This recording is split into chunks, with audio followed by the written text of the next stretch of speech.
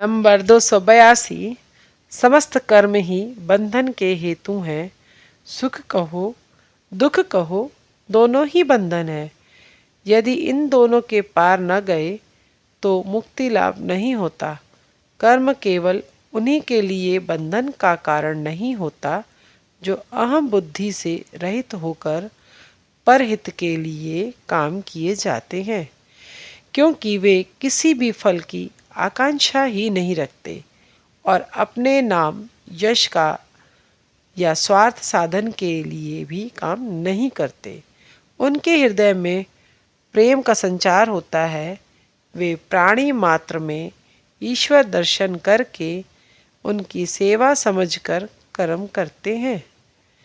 इसलिए उनका वही कर्म समस्त संचित कर्म का क्षय करता है और मन में नए संस्कार रूप किसी भी कर्म बीज का सृजन नहीं करता। इसलिए वे पुनः पुनः जन्म मरण के कारण से विमुक्त होकर देह त्याग के बाद मोक्ष प्राप्ति के अधिकारी बनते हैं। नंबर 283। भोगों में सुख नहीं है, सुख केवल त्याग में है। जो सद सत विवेक द्वारा अथवा भोग भोग कर उनसे शिक्षा ग्रहण करता है, विषय भोगों को असार और परिणाम में दुखदायी जानकर उनमें वीतराग होकर स्वेच्छापूर्वक समस्त त्याग करता है, वही परम सुखी है, वही अमृत का अधिकारी होता है। अपने भक्ति योग ग्रंथ में स्वामी जी ने दिखाया है कि यह त्याग ही चतुर्विध योगों का प्राण है। नंबर 284। कर्मयोगी ईश्वर कर्ता मैं अकर्ता यह जानकर कर्म के फल में आसक्त न होकर उसे भगवत दर्पण करता है।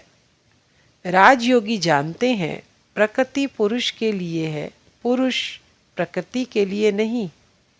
पुरुष है आत्मा और प्रकृति जड़, अतः वे प्रकृति से सर्वथा भिन्न है। उनका संबंध क्षणिक ही है, चिरंतन नहीं। पुरुष प्रकृति के अधीन नहीं, वे मालिक है, प्रकृति दासी। उनके कार्य साधन के लिए ही प्रकृति है। प्रकृति का कार्य है उन्हें विभिन्न अवस्थाओं में से ले जाकर उन्हें उनके यथार्थ स्वरूप की उपलब्धि करा देना। इसलिए राजयोगी प्रकृति को अनात्म जानकर उनके मोह का त्याग करते हैं। नंबर 285। ज्ञान योगी का त्याग सबसे कठिन है, क्योंकि उन्हें प्रथम से ही धारणा करनी पड़ती है कि समस्त जगत और उनके साथ का संबंध मिथ्या है, माया है। समस्त जीवन स्वप्न के समान है। उनका मार्ग है नेति नेति। मैं यह नहीं, वह नहीं, मैं देह मन इंद्रिय आदि कुछ नहीं, मुझे सुख नहीं दुख नहीं, मेरा जन्म नहीं मरण नहीं, बंधन नहीं मुक्ति नहीं, मैं नित्य शुद्ध बुद्ध मुक्त चैतन्य स्वरूप पूर्ण ब्रह्म परमात्मा हूँ। इसलिए वे समस्त बाह्य विषयों को त्याग कर स्वस्वरूप के ध्यान में मग्न रहते हैं। नंबर 286।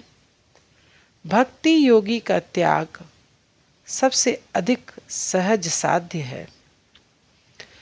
स्वाभाविकता पूर्वक आप ही आप आता है, इसमें कठोरता नहीं, मन को बलपूर्वक दमन करने का वृथा प्रयास नहीं, केवल मन की वृत्तियों के झुकाव को फिरा देना पड़ता है, उनके प्रवाह का मुंह घुमा देना होता है। जगत की नाना वस्तुओं में आसक्त होकर अविरत दुख शोक और निराशा भोग करके मनुष्य जब उनकी निसारता का अनुभव करके स्पृहा रहित होता है तब उन सभी में से उसकी आसक्ति आप ही खिसक पड़ती है और नित्य सत्य परम सुखास्पद परमेश्वर को प्राप्त करने के लिए उसका मन प्राण व्याकुल होता है।